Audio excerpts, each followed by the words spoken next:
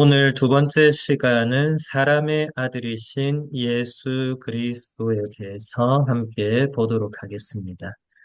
안티오키아의 이냐시오 성인에게 사람의 아들이라는 명칭은 구원자가 육체의 겉모습만을 취한 것이 아니라 실제로 사람이 되었다는 것을 뜻합니다. 요한복음서 6장에서 자신의 살을 세상의 생명을 위하여 내어주신다는 예수님의 약속을 거부하는 유다인들의 주장은 다현설에 가깝다는 것입니다. 네, 사람의 아들이라는 이 다니엘서 7장에도 나오고 또 요한묵시록에도 나오는 이 종말론적인 그 메시아를 뜻하는 이 사람의 아들이라는 호칭은 예수님께서 본인을 두고 가장 자주 사용하셨던 표현이죠. 여러분 그런 표현 기억나실 겁니다. 여우들도 뿔이 있고 새들도 보금자리가 있지만 사람의 아들은 머리 둘 곳조차 없다. 예수님이 본인을 이제 사람의 아들이라고 하셨는데 안티오키아의 이냐시오 성인과 그 초창기 교부들에게는 이 사람의 아들이라는 표현은 실제로 예수님이 사람이 되셨다. 요한복음 1장 14절에 보면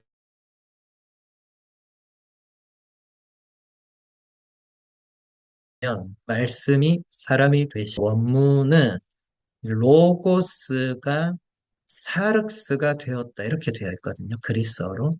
로고스는 말씀이고 사륵스는 사람이 아니고 그리스어로 사람은 이 다른 단어거든요.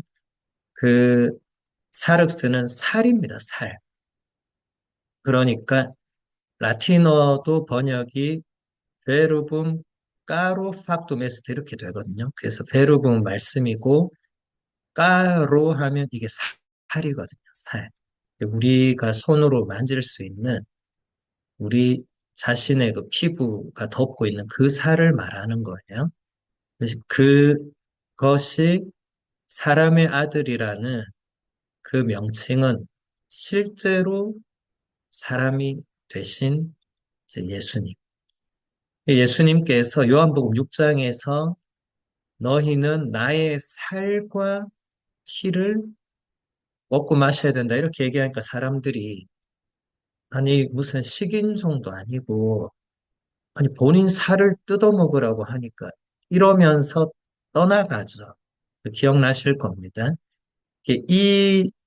이때 이 유다인들이 예수님의 그 말씀을 받아들이지 않고 떠나갔는데 이것도 이냐시오 성인을 비롯한 교부들에게는 이제 가현설을 주장하는 이단들이 거기에 가까운 것이다.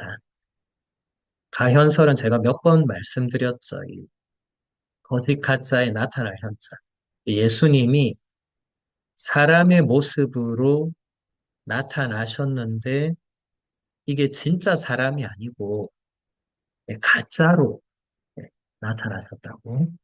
그러니까 왜냐하면 그들은 예수님의 신성만 받아들이고 인성을 거부하거든요. 이 인성을 거부하다 보니까 예수님의 그 순환, 십자가, 고통, 죽음, 이것은 모두 다 어, 쇼에 불과하다. 하느님은 고통받으실 수 없기 때문에 그냥 쇼를 한 거다. 실제 육신이 아니었다고. 짜 육신이었다. 다 이단이죠, 일단. 예. 유스티노 성인은 이 호칭을 예수님에 대한 그리스도교 해석을 위해서 사용하려고 했습니다. 그는 다니엘서 7장에 나오는 사람의 아들에 관한 예언이 나자렛 예수님에게 적용된다는 점을 강조하는데 트리포는 다니엘서 7장에 따르면 사람의 아들이 영원한 통치권을 받으며 영광과 권세 속에 나타나는 데 비해서 나자렛 예수님은 영예나 영광 없이 십자가의 저주 속에서 죽었다는 점을 지적하면서 이것을 거부합니다. 유다인 트리포리의 대화라는 유스티노 성인의 작품, 지금 한국말로도 다 번역돼서 출판도 되어 있는데, 이제 유다인들의 관점이 이거거든요. 나자렛 예수는 이제 십자가의 저주에서 죽었고 끝났기 때문에 그 영원히 다스리는 그 메시아 사람의 아들이 아니다. 그들은 예수님의 부활도 받아들이지 않고 예수님을 구약에 예언된 그 메시아로 받아들이지도 않고 그래서 사람의 아들이라는 호칭도 예수님에게 적용될 수 없다. 이렇게 주장을 하죠. 근데 우리는 우리의 신앙 고백에 보면 니케아 콘스탄티노플 신경에서 그분의 나라는 끝이 없을 거다. 이렇게 고백을 합니다. 사람의 아들이 다니엘서와 요한 묵시록의 그 묵시 문학, 종말론적, 영원한 그 나라의 그 통치, 다스림이 예수님에게 적용이 된다는 거죠. 이제 그 다음 본문 보겠습니다. 유스티노 성인은 나자렛 예수님에게 두 종류의 예언이 연결된다고 트리폰에게 대답합니다. 첫 번째, 그분의 첫 번째 오심에서 있게 될 낮아짐과 고통스러운 죽음에 관하여 말합니다. 그러나 영광스러운 두 번째 오심이 있을 것인데 이것은 다윗이 예언했고 그리스도의 부활로 실현되었습니다. 그러므로 사람의 아들은 주님이시고 그의 재림은 문 앞에 와 있습니다. 예수님의 첫 번째 오심, 이것은 이사야서 53장, 스가랴서 12장의 그 예언이 이루어졌다고 교부들이 답했습니다. 예수님의 그 자기 낮춤, 또 고통스러운 순환과 죽음도 이미 이런 이사야서, 스가랴서 또 시편에 다 예언이 되어 있다는 거죠.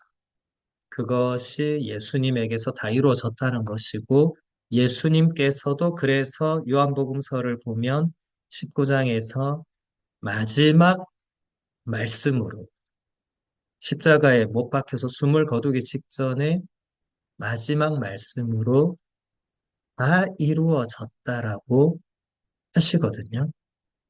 여러분, 다음 달 성금요일에 요한이 전한 우리 주 예수 그리스도의 순환기를 듣게 될 건데 그때 반드시 예수님의 그 마지막 말씀 다 이루어졌다를 듣습니다.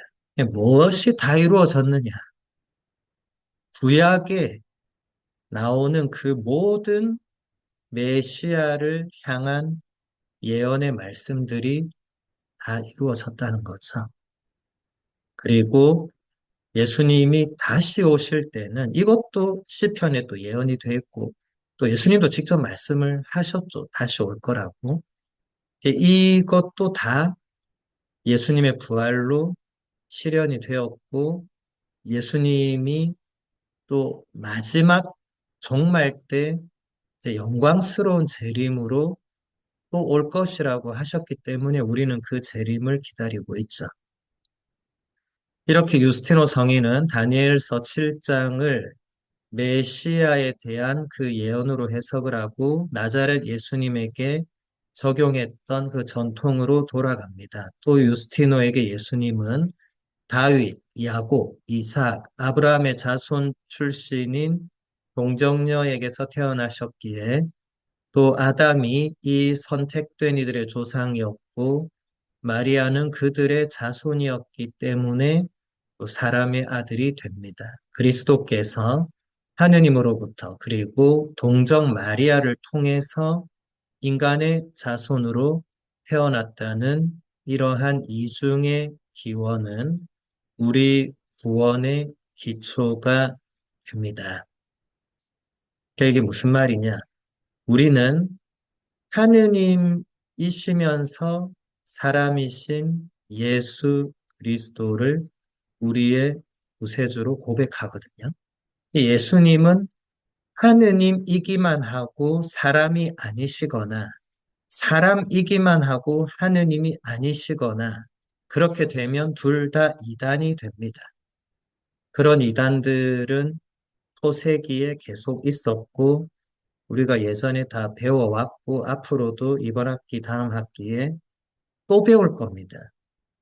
왜냐하면 그 이단이 중요한 게 아니라 그런 흐름들 안에서 예수님이 정말 어떤 분이신가를 교부들이 증명하고 그것을 교회가 받아들이고 그게 또 우리 교회 교리가 되고 그게 우리의 구원에 가장 결정적인 근거가 되기 때문에 그렇습니다. 예수님은 이중의 기원, 하느님으로부터 나신 하느님이고 동정녀 마리아를 통해서 사람이 되신 참된 인간이 되신 우리의 살을 그대로 받아들이신 참 인간이십니다. 인류 역사상 유일한 존재입니다. 하느님이시고 동시에 인간이신 유일한 분입니다. 그 다음 본문 보겠습니다. 이레네오 성인을 보면 이레네오 성인에게 이 예수 사람의 아들은 반영지주의적인 맥락에서 예수님이 우리의 육신과 같은 육신을 지닌다는 것을 뜻합니다. 이레네오에게 이 명칭은 하느님의 아들이 육신을 지닌 참된 사람의 아들이 되었고, 그럼으로써 아담으로부터 시작하여 모든 인류의 구원이 되었음을 뜻하는 육파에 관한 교회의 이해를 간략하게 표현한 것입니다. 이레네오 성인도 안티오키아의 이냐시오 성인과 마찬가지로 반영지주의, 그러니까 이냐시오 성인이 107년경에 순교하셨고 이레네오 성인은 177년경. 그러니까 그 차이가 많이 나지만 영지주의라는 게 그 1세기, 2세기에 계속해서 그 그리스도교를 굉장히 위협하는 강력한 이단이었다는 게 여기서 드러나죠. 그러니까 교부들이 사람의 아들이라는 그 호칭을 물론 성경에서는 이게 다른 맥락들도 있지만 초세기 교부들은 이것을 거의 대부분 가현론, 영지주의의 주장은 가현론의 주장과도 이 맥이 닿거든요. 이 육신을 거부합니다. 그러니까 예수님의 그 육신을 거부해요. 그러면 예수님의 순환과 죽음도 다 거부됩니다. 근데 예수님의 순환과 십자가 죽음이 거부되면 그럼 부활도 다 쪼가되죠. 그러면 우리 구원의 기초는 날아갑니다. 그래서 이레네오 성인도 사람의 아들이라는 이 호칭은 하느님의 아드님께서 육신을 지닌 참된 사람의 아들이 되신 것이다. 그렇게 이해를 하는 거죠. 그런데 그 다음 본문 보면 사람의 아들이 어떻게 하늘에서 내려올 수 있습니까? 하늘에 이미 인간의 육신이 있습니까?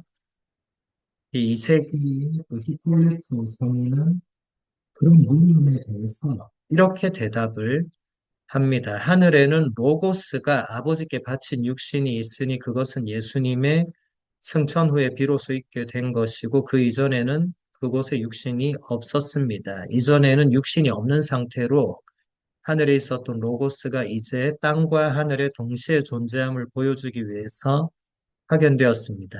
그는 로고스, 영, 능력이었기 때문입니다. 그러나 그는 새 이름을 취하고 사람들 곁에 새 거처를 마련했으며 아직 사람이 아니었다 하더라도 장차 오실 분이시기 때문에 처음부터 곧 선재할 때부터 사람의 아들이라고 불릴 수 있었습니다.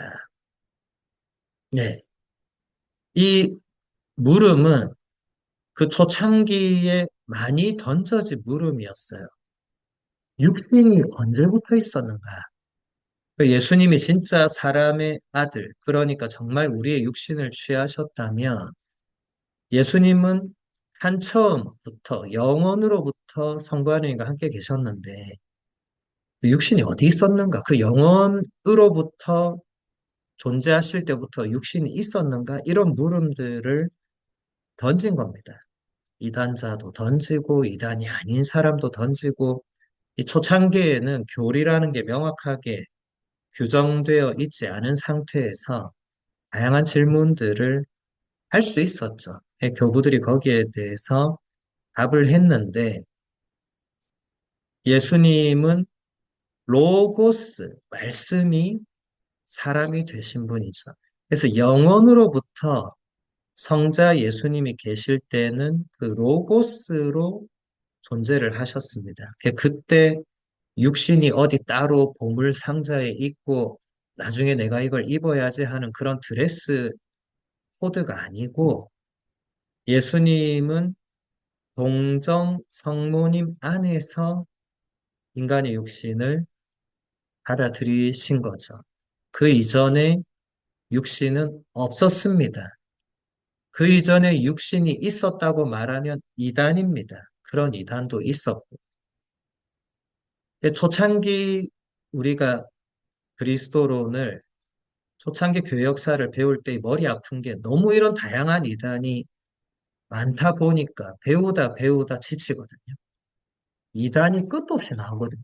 한 이단이 끝나면 또 다른 이단이 나오고 그 이단이 끝나면 또 다른 이단이 나오고 이제 좀 조용하다 싶으면 또 다른 이단이 이런 식으로 정말 교부들의 시대는 그냥 이단의 역사라고 표현해도 될 만큼 이단도 끝도 없었고 그래서 교부들도 거의 대부분의 교부들은 이단과 싸우다가 삶을 다 보내야 하는 그런 정말 힘든 삶을 살았죠. 오늘날은 이단이 있으면 무시하면 되지만 그때는 무시를 할 수가 없었거든요.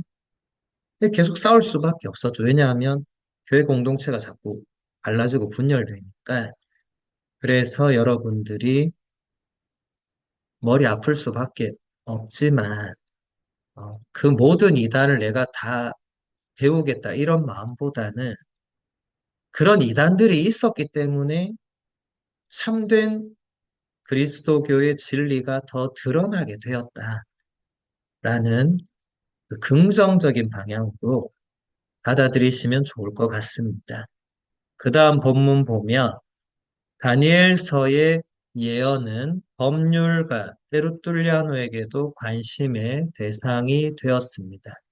그것은 루카복음서 5장에서 예수님 자신이 사람의 아들이라는 예언적인 명칭을 해석해서 중풍병자의 죄의 용서에 관한 말씀에서 다니엘서의 그 사람의 아들이 지닌 심판자의 권한을 자신에게 적용했기 때문입니다. 다니엘의 관시에서는 사람의 아들만이 심판하는 권한을 지니고 있고 따라서 죄를 용서하는 권한을 가지고 있습니다. 심판할 수 있는 사람은 죄도 용서할 수 있습니다. 예수님이 처음으로 자신을 사람의 아들로 밝히는 것은 스스로 죄를 용서하는 권한을 주장하는 것과 결부되어 있는데 이것은 다니엘서 7장을 배경으로 삼고 있습니다. 각주 8권에 보면 때르툴리아노는 이것을 구약과 신약의 단일성 그리고 구원 경륜의 단일성의 증거로 삼습니다. 자, 왜냐하면 이 작품, 자, 여기 보면 주장하는 것과 결부되어 있다. 옆에 작품 마르치온 반박. 이 테르툴리아노의 작품이거든요. 마르치온 반박 4권의 10장 14절의 그 내용을 지금 간단하게 요약한 건데 마르치온이라는 인물이 여러분들 이미 저에게 여러 번 들어서 아시겠지만 그 초창기에 또 아주 중요한 이단인데 이단도 중요한 이단이 있고 또 사이비 이단도 있는데 물론 뭐 다 사이비지만 어쨌든 마르치온이 왜 중요하냐면 마르치온이 이단 중에서 처음으로 구약을 거부하는 구약의 그 성경을 받아들이지 않는 그 이단의 대표적인 인물이기 때문에 그렇습니다. 물론 마르촌뿐만 아니라 그 영지주의도 그렇고 그게 다 마니교도 그렇고 다 이제 그 가르치는 교설이 다 짬뽕돼서 서로 다 비슷비슷한데 어쨌든 구약을 거부해버려요. 구약을 거부해버리면 예수님은 그냥 갑자기 나타나는 거예요. 다니엘서 7장이고 뭐고 다 소용없는 거예요. 아까 제가 뭐라고 했습니까? 요한복음에서 예수님께서 다 이루어졌다고 한 게 구약의 그 모든 예언 말씀들. 그리고 여러분 루카복음서에 보면 엠마오로 가는 두 제자 이야기 기억나시죠? 거기서도 예수님이 엠마오로 가고 있던 두 제자에게 예언서와 시편, 그 구약에 나오는 그 모든 예언 말씀이 어떻게 해서 당신에게 다 이루어졌는지를 설명해 주거든요. 예수님은 구약 성경을 이루려고 오신 분인데 마르치온이 구약을 거부하니까 그러면 그리스도교도 구약이 거부된 상태에서 순수 그리스도교만 남는 거 아닙니다. 여러분 그래서 이단이 중요하고 이단을 배워야 되는 게 그게 아니라는 걸 보여주거든요. 그게 아니다. 그렇게 생각하는 사람들이 있을 수 있기 때문에 오늘날 많은 사람들이 구약 성경을 읽지 않죠. 그거 조심해야 됩니다. 구약 성경을 안 읽는 것 자체가 이단은 아니지만 안 읽는 이유를 물었을 때 이단적인 답변을 하는 신자들이 있거든요. 예를 들면 이런 겁니다. 나는 구약 성경에 나오는 하느님을 받아들일 수 없다. 왜냐하면 전쟁을 해라, 다 죽여라, 하나도 남기지 말고 다 죽여서 제물로 바쳐라. 이런 내용들이 나오니까 도저히 나는 인간의 양심으로 받아들일 수 없다. 아마 지금 이 강의를 듣고 계신 수강생들 중에도 그런 생각을 하는 분들이 계실 수 있는데 이단에 가까워지는 겁니다. 조심하셔야 되는 거죠. 구약 성경의 그 내용과 그 의미를 정확하게 모르고 그냥 내 양심에 비추어서 받아들일 수 없다. 물론 양심에 비추어서 받아들이지 않는 걸 누가 어떻게 할 수 없지만 그 구약 성경의 내용들은 예수 그리스도와 연결되지 않으면 참된 의미를 지니지 못합니다. 그래서 때르툴리아노도 이 다니엘서 7장에 나오는 이 사람의 아들은 루카복음서에서 예수님이 사람의 아들에게 죄를 용서하는 권한이 있다고 할 때 이게 연결된다는 그 얘기를 하는 거거든요. 때르툴리아노는 2세기에서 이제 3세기로 넘어가는 그 시절의 인물인데 그때도 계속해서 이단은 있었고 구약과 신약을 분리하려는 시도 그리고 구약을 거부하려는 시도는 모두 다 이단입니다. 그래서 여러분들도 구약 성경이 이해가 안 된다고 해서 여러분들이 양심으로 못 받아들인다고 해서 거부하면 안 됩니다. 여러분이 그 내용을 제대로 해석을 못한 거지. 그리고 그 올바른 해석을 배운 적이 없는 것이지. 거기에 양심을 적용해서는 안 되거든요. 양심은 그때 적용하는 게 아니라 양심 성찰할 때 내 죄와 잘못에 대해서 적용시키는 게 올바른 양심이고 성경 내용에 내 양심을 적용할 필요는 없습니다. 그것은 예형론적 해석을 배우고 어떻게 해서 구약의 그 모든 말씀과 사건과 인물들이 신약의 예수 그리스도에게서 드러나는가, 어떻게 적용되는가, 네, 이것을 배우면 됩니다. 앞으로 또 기회가 있을 겁니다. 그 다음 본문 보겠습니다. 예수님은 자신이 인간이라는 것을 동정녀이신 어머니로부터 받았습니다. 그래서 때르툴리아노에게 사람의 아들이라는 명칭은 다니엘서 7장 13절에만 연결되는 것이 아니라 이사야서 7장 14절과도 연결되고 이로써 예수님과 구약 성경의 하느님 사이에 새로운 유대가 형성됩니다. 사람의 아들, 또 동정녀의 아들, 또 하느님의 아들은 완전한 일치를 이룹니다. 하느님의 아들은 다만 인간의 아들로만 그치지 않도록 인간의 씨로부터 인간인 아버지의 아들로 태어나서는 안 되었습니다. 그렇지 않으면 솔로몬과 요나에 대한 예수님의 우위는 모두 다 사라질 것입니다. 하느님의 씨, 성령이 그의 잉태에서는 인간의 씨를 대신합니다. 그러나 예수님은 동정녀에게서 태어나셨기 때문에 참된 사람의 아들입니다. 네, 오늘 우리는 성 요셉 대축일을 맞이했습니다. 오늘 여러분들이 들으신 혹은 듣게 될 복음은 마테오복음서 1장에서 요셉 성인이 어떻게 예수님의 잉태를 알게 되는가에 대한 내용을 듣습니다. 예수님은 요셉 성인으로부터 나온 분이 아닙니다. 그래서 요셉 성인은 남모르게 성모님과 하원하려고 했죠. 그런데 천사가 알려주죠. 그것은 성령께서 그렇게 하신 것이니까 성모님을 아내로 맞아들이라고 하죠.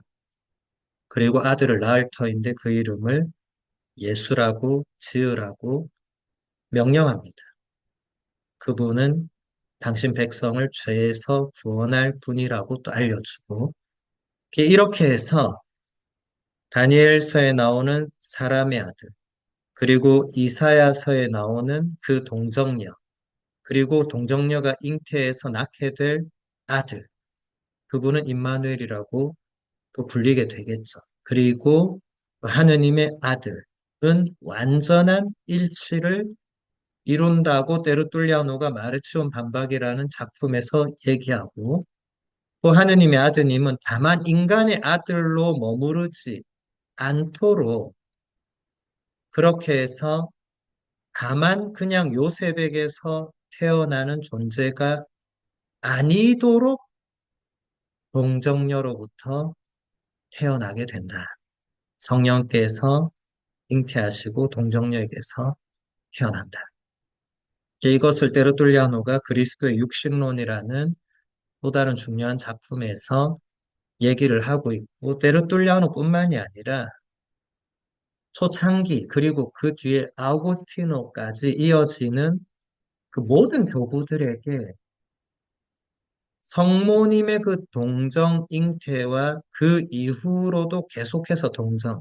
그래서 평생 동정이라고 고백하는 우리의 신앙 고백은 이게 예수님께서 하느님의 아드님이라는 가장 또 결정적인 증거가 되는 것이기 때문에 이 동정성을 거부하는 것도 이단이 됩니다.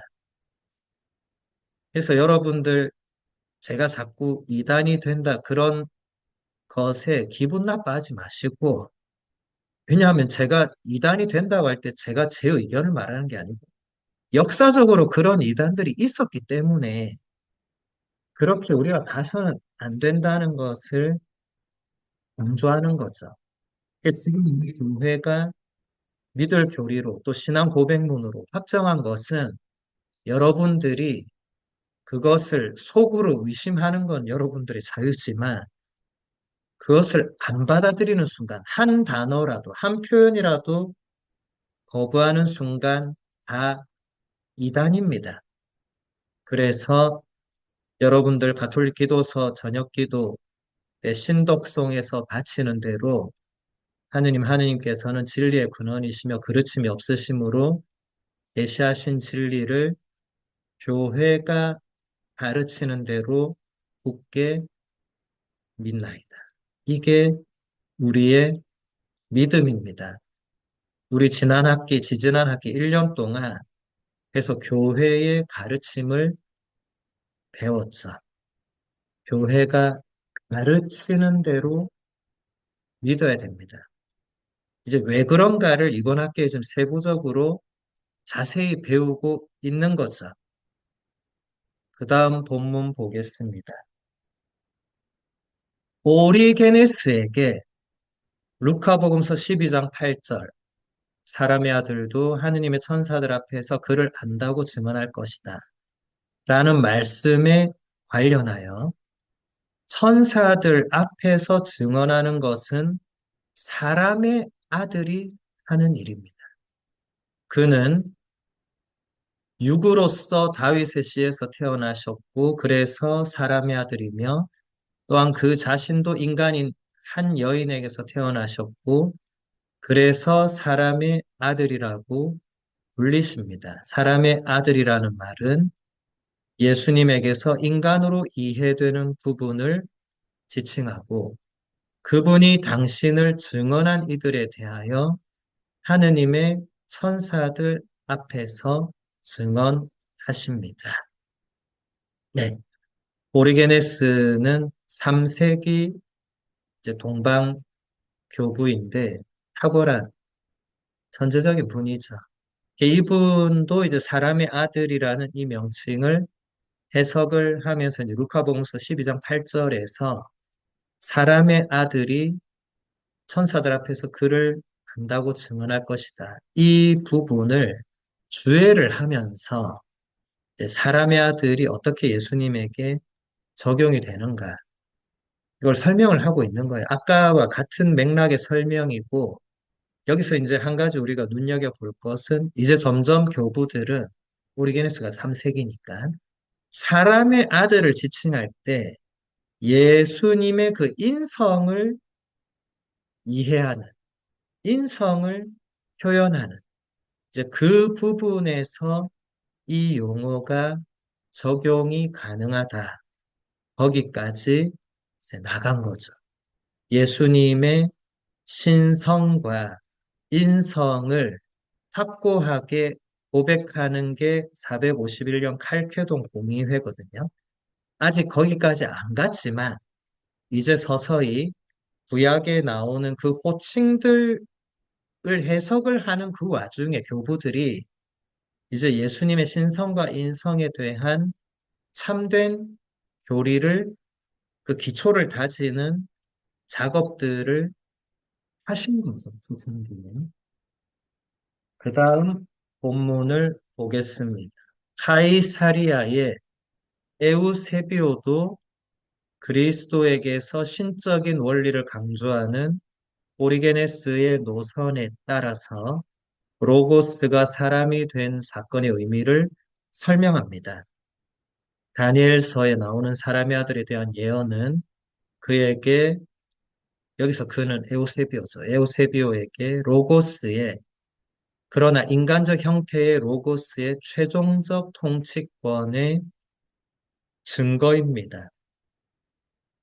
교회사 에우세비오의 교회사 한 부분을 보면 이 예언은 물론 우리 구원자 외에 다른 누구에게도 적용할 수 없습니다. 그분은 처음부터 하느님이며 로고스로서 하느님과 함께 계셨으며 마지막 때의 사람이 되셨기에 사람의 아들이라고 일컬어지십니다.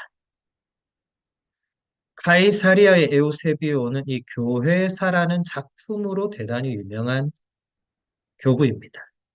교회사라는 이런 양식의 작품을 처음으로 기록을 하신 분이고 이 교회사라는 작품은 지금도 여전히 그 초창기 교회, 그러니까 에우세비오가 4세기 분이니까 그 1, 2, 3세기 교회 역사를 우리가 아는 데에 가장 중요한 원천이 됩니다. 역사적 관점으로는 그렇고 지금 이 내용은 사람의 아들에 대한 설명인데 이것을 이제 로고스가 어떻게 사람의 아들이 될 수 있는가? 이제 로고스는 우리가 앞으로 이제 로고스 그리스도를 또 따로 배울 시간이 있을 건데 이 알렉산드리아 학파의 노선 오리게네스를 시작으로 물론 알렉산드리아 필론이라는 그 유대교 예수님과 동시대를 살았던 유대인 랍비가 있는데 그 분의 영향으로 이제 오리게네스에게서 꽃을 피우고 이제 오리게네스의 그 제자들 에우세비오도 그 노선을 따르는데 그 로고스가 그 신적인 로고스가 이제 마지막 때에 사람이 되신 그 육화로서 이제 사람이 되시면서 이제 사람의 아들이라는 호칭도 그분이 부여받게 되는 거죠. 구약에 나오는 그 호칭을 본인이 받고 예수님도 그걸 아시고 의식적으로 본인을 사람의 아들이라고 지칭을 하신 겁니다. 나지안조의 그레고리오 성인은 다음과 같은 원칙을 제시합니다. 높고 신적인 호칭들은 신성에 관련되고 미천하고 인간적인 표현들은 우리를 위하여 사람이 되신 새 아담에게 우리의 죄를 위하여 순환하신 하느님께 상응합니다. 아담과 동정녀의 자손이신 그분은 아담으로 인하여 그리고 동정녀로 인하여 사람의 아들이십니다. 나지안조의 그레고리오 성인도 4세기 인물이고 4세기 후반으로 가고 이분이 381년에 열린 그 콘스탄티노플 공의회 거기서 의장을 맡은 분이죠. 그 시대에 이미 신학자라는 별명을 얻었을 만큼 탁월한 신학자였습니다. 그리고 이분과 그리고 대바실료 성인 그리고 대바실료 성인의 친동생인 니사의 그레고리오 성인 이렇게 해서 이 세 분을 카파도키아의 세 분의 교부라고 하는데 이 위대한 세 분의 카파도키아 교부들이 콘스탄티노플 공의회를 주관하고 이끌면서 이제 예수 그리스도에 대한 아리우스 이단을 완전히 종식시키고 그와 더불어서 성령에 대한 이단도 이분들이 물리치고 성령에 대한 신성 고백, 신앙 고백문도 그때 마련이 되어서 지금 우리가 고백하고 있는 니케아 콘스탄티노플 신경에 그대로 나오고 있습니다.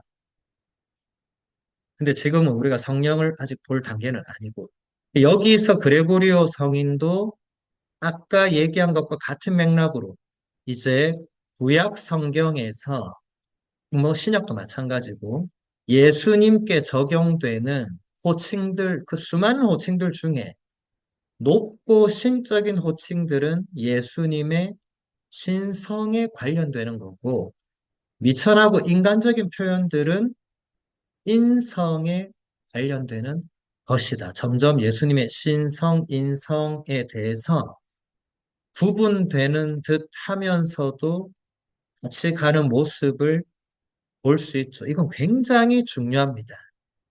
칼케돈 공의회에 이르기까지 계속 이 노선이 가기 때문에 매우 중요하고 나중에 여러분이 칼케돈 공의회 배울 때 이제 이 결정적인 교리 내용을 또 배우게 될 것인데 어쨌든 여기서 예수님은 아담의 후손이고 동정녀로부터 태어나신 분이기 때문에 사람의 아들이다.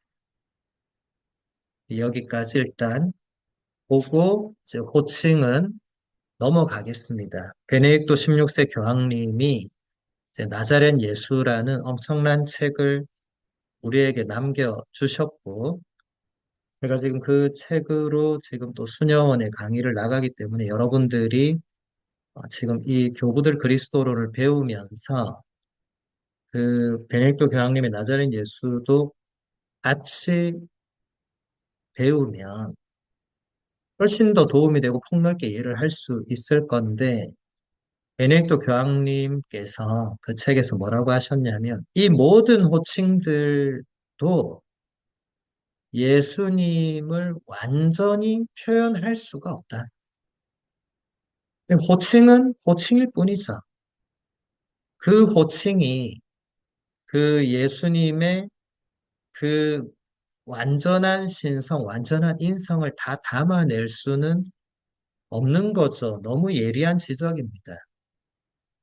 제가 왜 이 말씀 드리냐면 이 호칭들 우리가 지금 다 보지도 않았고 이 중요하다고 여겨지는 것만 잠깐 봤지만 거기에 너무 매일 필요는 없고 호칭 때문에 이단이 되실 필요는 더더욱 없고 예수님은 그 모든 호칭을 다 적용시켜도 다 적용이 안 되는 분입니다.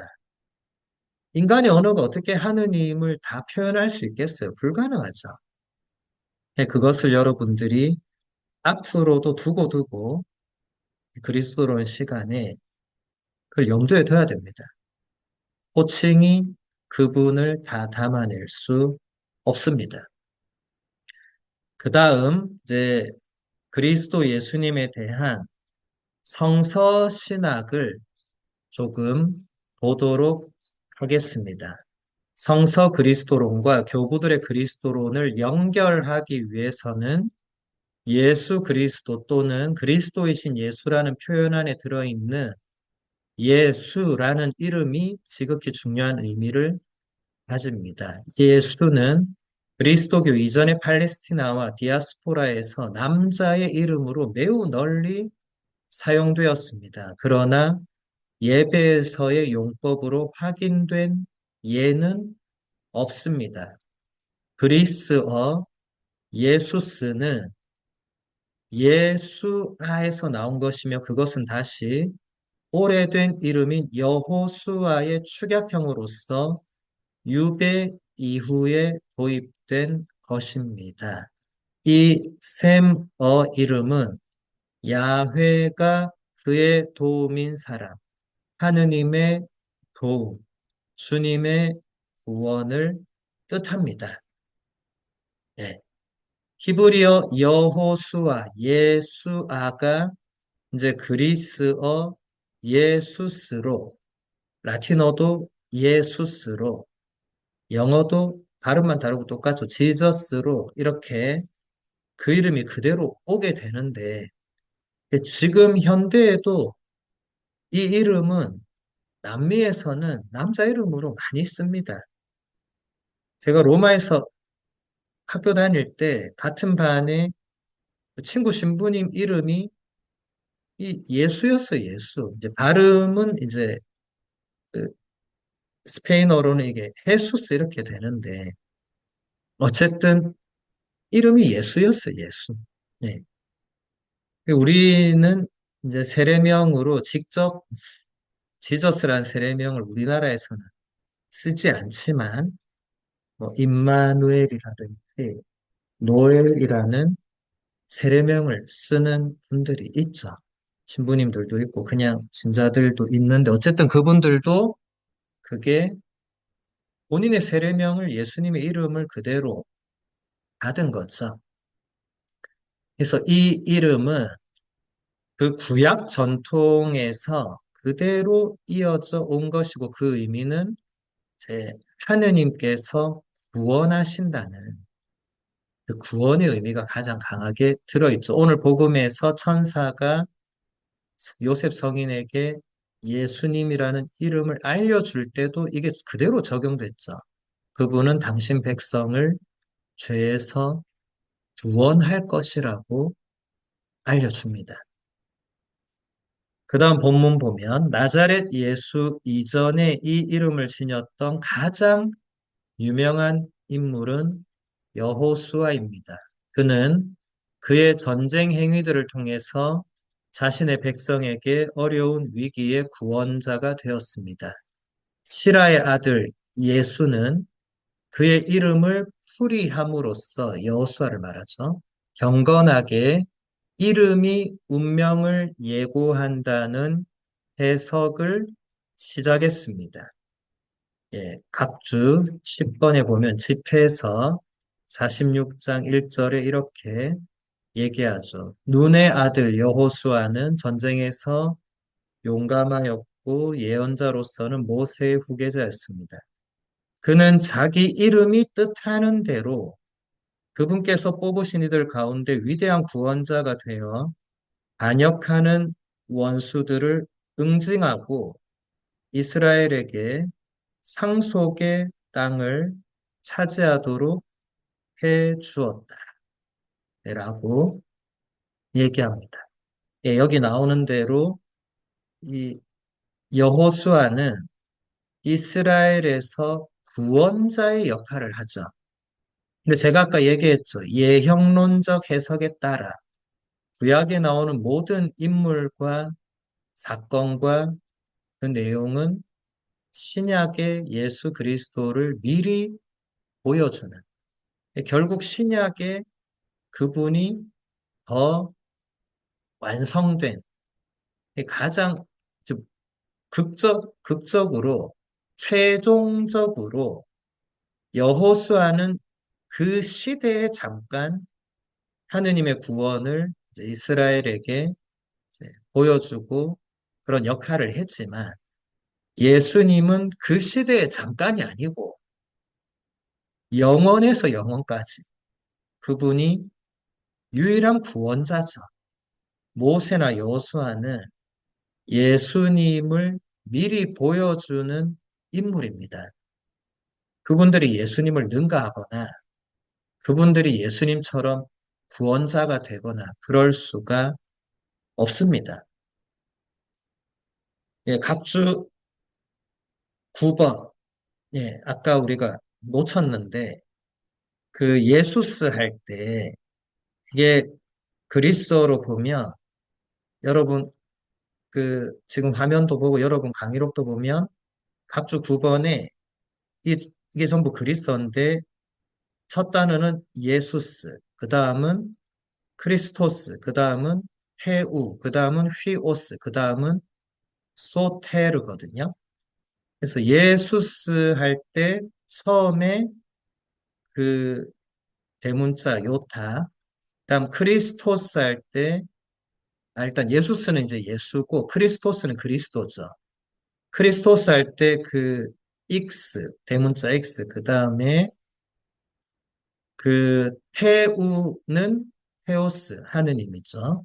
그 첫 대문자 테타, 그 다음에 히오스는 아들입니다. 아들. 히오스 할 때 그 첫 대문자가 이제 그 우리 Y처럼 생긴 거 있죠. 예.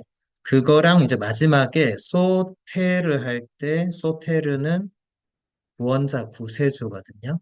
예, 첫 대문자가 이제 시그마 이렇게 해서 그 이, 여기 그다음 옆에 보면 예수 그리스도 하느님의 아들 구원자라는 또 예수님의 그 이건 신앙 고백인데 이 첫 글자를 이렇게 붙이면 그리스어로 익투스 이렇게 되거든요. 익투스. 예, 그리스어로 익투스는 물고기입니다. 물고기. 그래서 고대 교회에서는 여러분 로마의 카타콤바 가보신 분들은 다 보셨을 거고 카타콤바 안 가보신 분들도 보셨겠지만 고대인들은 예수님에 대한 신앙을 표현할 때 이제 빵과 물고기를 많이 표현했죠. 물론 그게 5천 명을 먹이신 기적에서 빵 5개와 물고기 2마리를 상징하는 그것도 있지만 이제 물고기를 그릴 때 그것은 바로 이 예수스 크리스토스 테우피오 소테르라는 이 신앙 고백을 표현하는 우리만의 상징인 거죠. 왜 그랬겠습니까? 카타콤바가 왜 나왔어요? 하도 그리스도인들을 박해하고 잡아 죽이니까 이제 그리스도인들이 도망치고 도망치고 숨고 숨다가 더 이상 도망갈 곳이 없고 숨을 곳이 없으니까 땅을 파고 땅 밑으로 들어간 거죠. 그리고 밖에서도 혹시 사람들을 만나면 이제 그리스도인이랑 바로 잡혀 죽으니까. 근데 우리의 신앙은 서로 확인을 해야 되잖아요. 너도 신자고 나도 신자라는 게 오늘날은 교적 보면 되고 세례명 물으면 되고 그렇지만 예전에는 또 우리 한국 교회사에서도 보면 나도 세례 받았네 하고 위장해서 들어와서 신앙 교우들을 교우촌에 위장 전입해서 다 잡아가고 이런 일들이 로마에도 있었고 한국 교회 역사에도 있었거든요. 그러니까 그것을 표현하는 물고기 그림으로 신자인지 아닌지를 알아낼 수가 있는 거죠. 물고기 그림을 보여줬을 때 이게 우리의 신앙 고백이라고 알아듣는 사람은 진짜 신자지만 물고기 그림을 보여줬을 때 오늘 이 물고기를 먹으러 가자 이렇게 말하는 사람은 신자가 아니고 신자를 잡으러 온 박해자라는 것이 드러나는 거죠. 그래서 이 첫 단어들이 이제 그런 역할을 했습니다. 이제 다시 본문 그 각주 10번으로 돌아오면 이제 집회서에서 이미 이제 예수라는 그 이름을 이제 풀이를 하기 시작을 한 거죠. 이미 구약 안에서도 제 이름, 호칭을 풀어냅니다.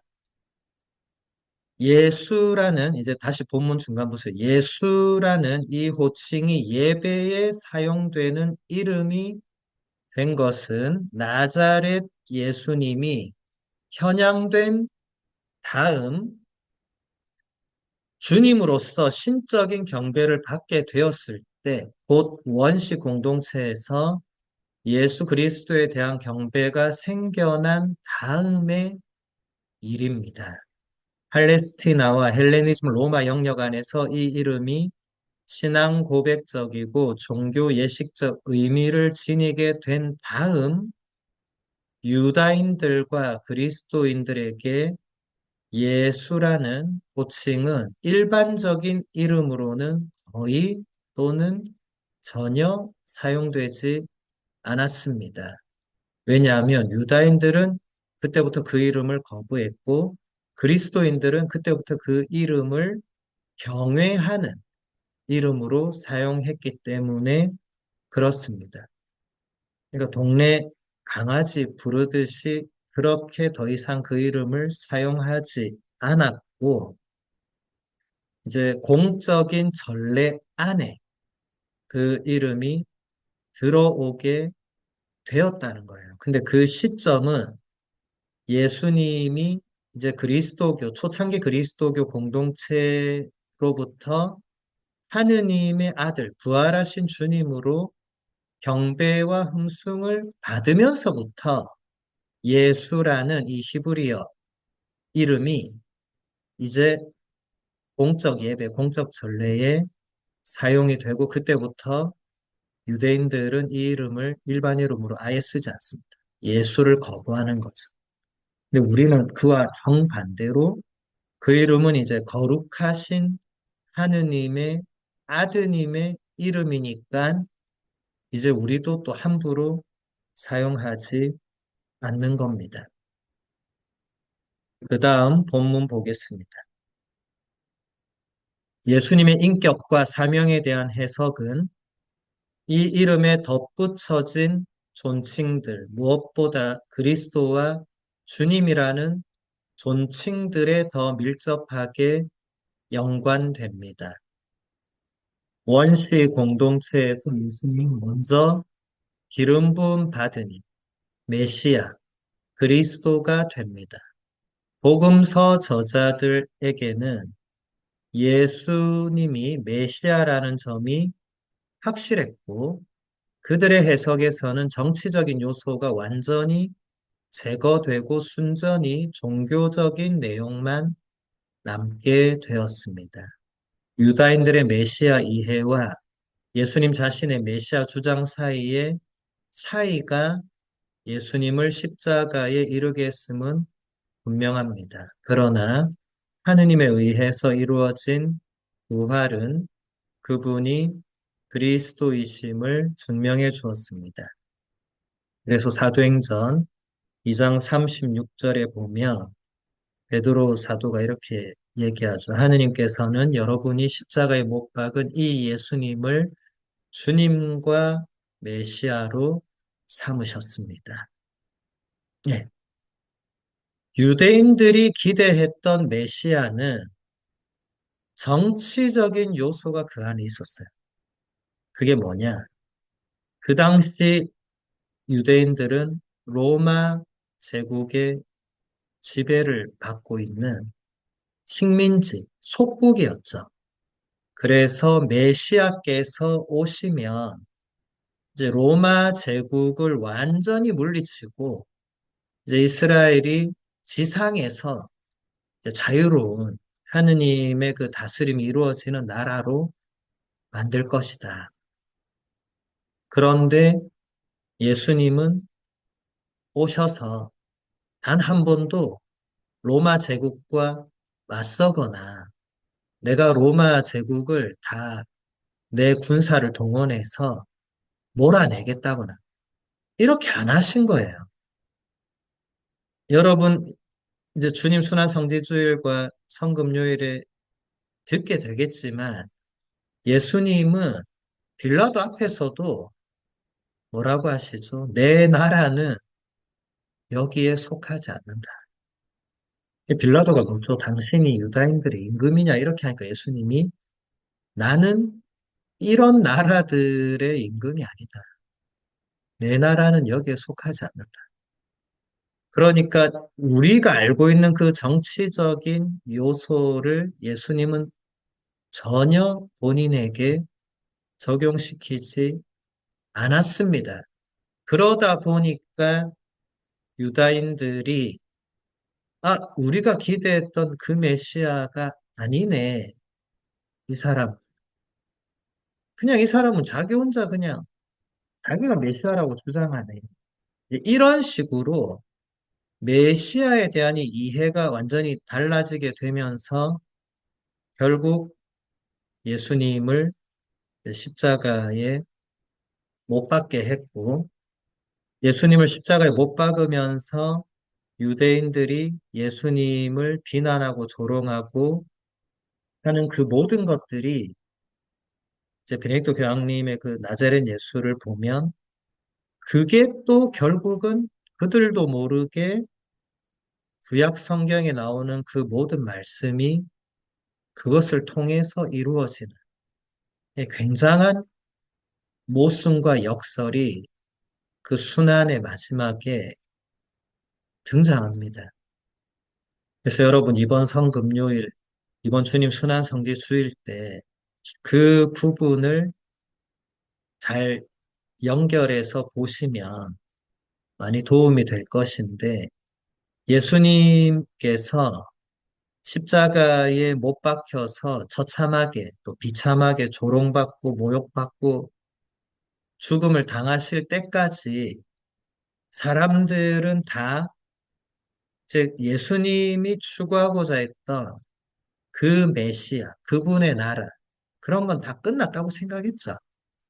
그러니까 제자들이 몇 명은 엠마오로 돌아가고 몇 명은 다시 갈릴레아로 가서 호숫가에 고기 잡으러 가고 뿔뿔이 흩어지고 끝났죠. 끝난 줄 알았는데 예수님께서 안식일 다음날 아침에 부활하시죠. 그러면서 이제 예수님이 어떤 메시아인지를 제자들이 서서히 깨닫게 되죠. 그리고 구약의 그 모든 예언들이 예수님을 으로 완전히 이루어지게 된다는 것도 깨닫게 되고 교부들도 마찬가지입니다. 그 다음 본문 보겠습니다. 이 그리스도라는 호칭은 왜 그리고 어떻게 예수님과 결합되었는가? 이 결합은 예수님의 출현이 지녔던 카리스마적인 성격으로부터 이루어집니다.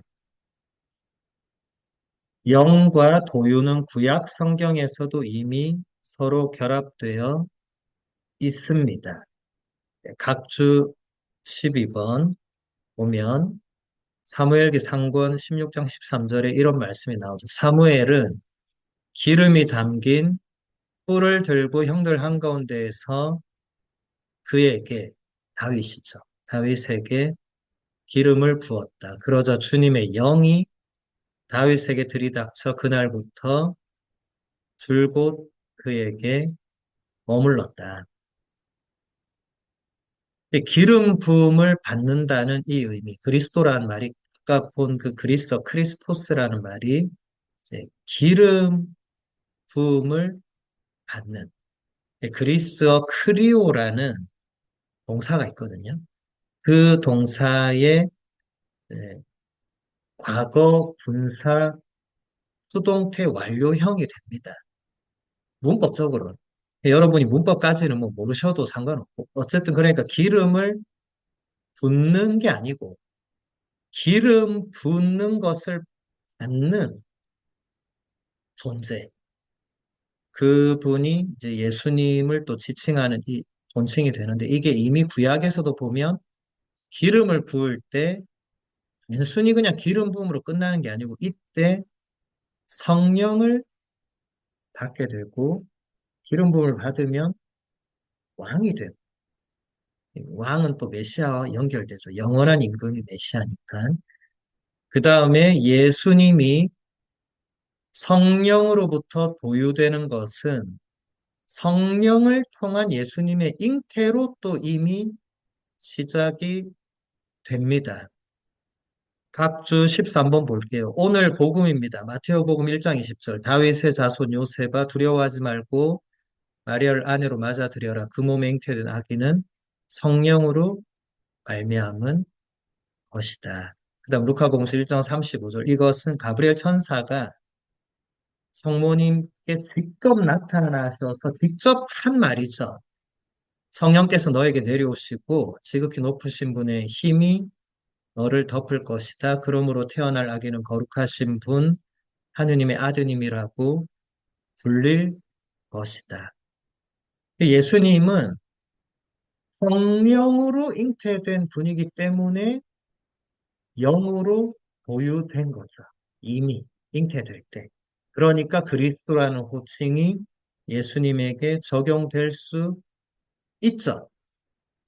그 다음에 이 도유는 예수님의 세례 때 확인이 됩니다. 각주 14번 보면 마테오복음서 3장 16절 예수님께서는 세례를 받으시고 곧 물에서 올라오셨다. 그때 그분께 하늘이 열렸다. 그분께서는 하느님의 영이 비둘기처럼 당신 위로 내려오시는 것을 보셨다. 예수님이 성령으로 잉태된 것은 본 사람이 아무도 없죠. 왜냐하면 볼 수가 없죠. 그런데 세례 때에는 이게 성령께서 내려오시는 것을 볼 수 있는. 물론 그것은 예수님이 보시는 거지만 이제 성령께 도유되는 것은 잉태뿐만이 아니라 세례 때 다시 한번 확인이 되는 거죠. 그리고 이 도유는 또 세례 때 끝나는 게 아니고 하느님의 종 예수님의 삶과 활동 전체까지 이룹니다. 사도행전 10장 38절에 나오는 말씀, 하느님께서 나자렛 출신 예수님께 성령과 힘을 부어주신 일도 알고 있습니다. 이 예수님께서 두루 다니시며 좋은 일을 하시고 악마에게 짓눌리는 이들을 모두 고쳐 주셨습니다. 하느님께서 그분과 함께 계셨기 때문입니다. 그러니까 예수님께서 행하신 모든 그 치유와 기적과 그 모든 것들은 성령께서 예수님과 함께 하신 일이라는 그 내용입니다. 그 다음 본문 보겠습니다. 이 기름 부음 받은 이는 더 이상 정치적인 원수들을 꺾는 임금이 아니라 오히려 악과 죄와 죽음의 세력의 지배자로 여겨집니다. 사람들이 그의 통치에 복종할 때 그는 사람들을 이러한 것들에서 해방시킬 수 있습니다.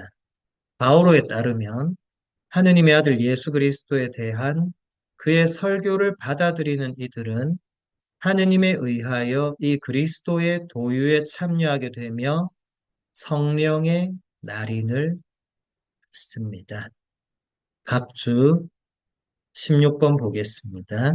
코린토이서 1장 21절에서 22절의 말씀입니다. 우리를 여러분과 함께 그리스도 안에서 굳세게 하시고 우리에게 기름을 부어주신 분은 하느님이십니다. 하느님께서는 또한 우리에게 인장을 찍으시고 우리 마음 안에 성령을 보증으로 주셨습니다.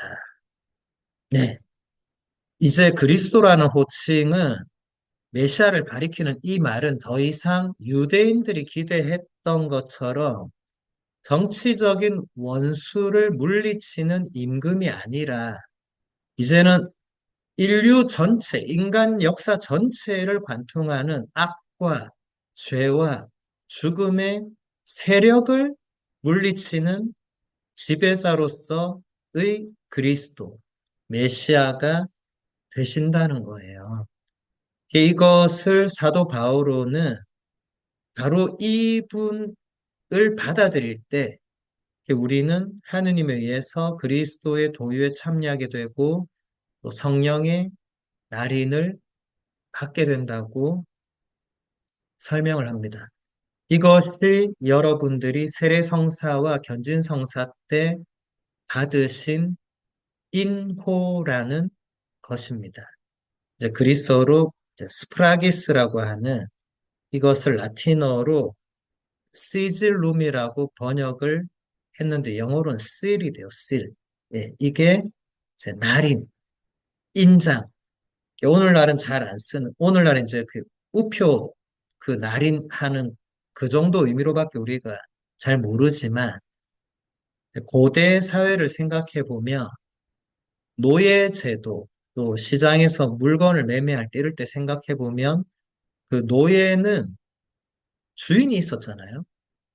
어느 주인의 소유인가를 표시를 해야 되니까 뭐 노예도 마찬가지고 짐승이나 물건도 마찬가지고 그럴 때 지워지지 않는 이 날인을 찍었거든요. 그래야 이 노예, 이 짐승이 누구 건지 아니까. 왜냐하면 여러분 양이나 소가 10마리 있는데 거기서 내 거 찾으려면 내 거 표시해 놓은 걸 찾아야 되죠. 근데 이게 또 지워지면 안 되잖아요. 제 거랑 얘 거 생긴 게 비슷하면. 그럴 때 지워지지 않는 그 날인을 찍는데 이제 우리는 하느님의 소유라는 그 지워지지 않는 날인이 세례성사와 견진성사 때 우리 영혼에 찍힙니다. 그래서 이 성사들은 일생에 단 한 번밖에 받을 수 없고 받았던 그 성사의 효력은 영원히 사라지지 않습니다. 냉담을 해도 사라지지 않습니다. 그다음 본문 예수 그리스도를 주님으로 예수님의 이름 아니죠. 예수 그리스도를 주님으로 모시는 사람은 하느님을 아버지로 모십니다. 이것은 모든 사람들에게 적용됩니다. 바오로 이전의 공동체에서는 그리스도로부터 다윗에 대한 관계를 찾아냈다면 바오로는 그리스도와 아담의 결합을 설정하며 그가 그리스도라는 이름과 완전히 결합시키는 구원의 보편성을 강조합니다. 예, 이제 예수 그리스도를 주님으로 모시는 사람은 하느님을 아버지로 모시게 되고 이것은 그렇게 하는 모든 사람들에게 적용이 됩니다. 예, 바오로 이전에는 그리스도로부터 다윗을 연결하는 이제 시편 110편이 바로 그 내용이 되는데 바오로는 그리스도와 아담을 연결하거든요. 로마서 5장은 매우 신학적으로 중요한 장입니다.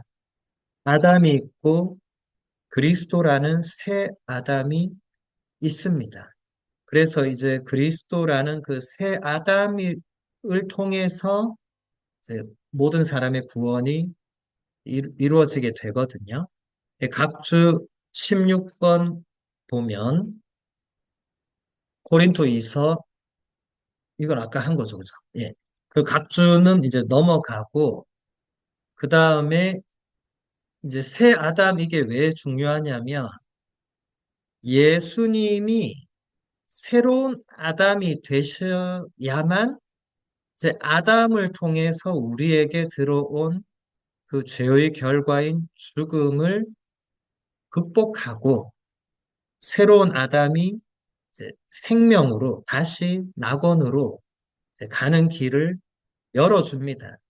이 교부들은 여기서 또 새로운 하와를 또 연결시키거든요. 이것은 바오로가 하지 않은 부분을 교부들이 완성했다고 보면 되는데 아담은 혼자서 죄를 저지르지 않죠. 하와가 있었잖아요. 하와도 그럼 새로운 하와가 필요하죠. 필요하다기보다는 새로운 하와가 있어야 되죠. 새로운 아담만 있고 새로운 하와가 없다는 것은 그럼 그 하와를 새롭게 할 그게 없는 거잖아요. 그래서 이제 새로운 하와인 성모님을 이제 교부들이 이 로마서 5장에서 찾아냅니다. 교부들이 굉장히 중요한 역할을 한 거죠. 하나만 더 보면 이제 그 다음 본문 볼게요. 예수님의 이름 자체는 여러 가지 신학적 고유 의미를 지니게 되었는데 이것은 무엇보다도 그 이름을 지녔던 이의 지상 활동을 강조하는 것이었습니다. 그래서 안티오키아의 이냐시오는 내가 예수님의 육신인 복음에 피신하였으므로 라는 표현을 하는데 이것은 분명히 가현설을 반박하는 의도에서 말한 것입니다. 구원은 예수님의 지상적 출현의 사실성에 달려 있습니다. 이 지상적인 사실성을 표시하는 것이 중요할 때에는 그리스도 혹은 주님과 같은 다른 호칭들을 언급할 필요가 없었습니다. 이게 무슨 말이냐. 안티오키의 이냐시오 성인 1세기, 2세기를 연결하는 인물이 있어 107년, 110년경에 순교를 하셨으니까 그 이분이 필라델피아 신자들에게 보낸 편지에서 보면 예수의 육신인 복음에 피신했다. 이게 도대체 무슨 말일까? 예. 이것은 가현론을 반박하는 이미 그 시대에 퍼져 있던 영지주의자들의 그 주장, 예수님의 가짜 육신, 가짜 순환, 가짜 고통, 가짜 죽음. 거기에 대해서 그게 아니고 복음은 예수님의 살아있는 육신을 말하는 거다. 그래서 교부들이 결국 구원은 예수님이 실제로 이 지상에 나타났다는 그 사실에 달려 있다는 것을 읽어내는 거죠. 이것을 표시하는 호칭이 중요하다. 그러면 그때 다른 호칭들은 굳이 설명하지 않아도 그 시대에는 특히 가연론 영지주의가 굉장히 곳곳에 퍼져 있을 때에는 예수님이 실제로 이 땅에서 이 땅을 밟고 우리처럼 똑같이 음식을 드시고 물을 마시고 목마름을 겪으시고 배고프셨고 고통을 받으셨다는 그것을 드러내는 그게 중요하다고 가르친 것입니다. 그리고 그것을 드러내는 호칭이 중요하다는 거죠. 다른 호칭들은 그래서 거의 교부들이 설명을 안 할 때 여러분들이 그 시대적인 상황을 잘 보셔야 한다는 것입니다. 오늘 강의는 여기서 마무리하도록 하겠습니다. 나머지 본문은 열심히 집에서 여러분들이 복습하시면 되겠습니다. 영광성으로 마무리하겠습니다. 영광이 성부와 성자와 성령께 처음과 같이 이제와 항상 영원히 아멘. 성부와 성자와 성령의 이름으로 아멘. 아멘.